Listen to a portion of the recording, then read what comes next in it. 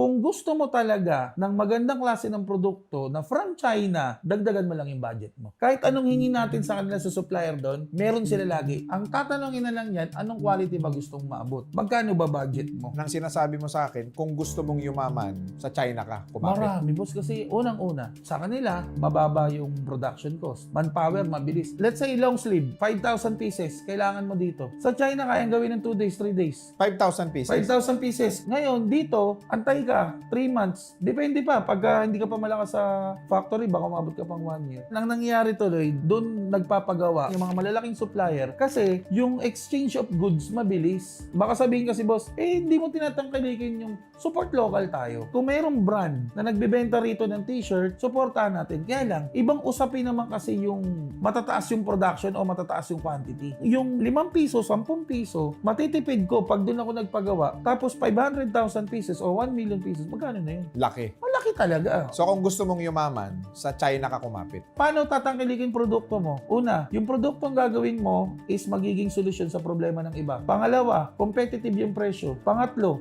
maganda yung quality. Pang-apat, maganda yung marketing mo. Yan lang ang formula para yumaman. Sa akin, boss, ayan lang. Kasi ayun yung batayan ko eh. So walang dahilan para hindi yan kunin.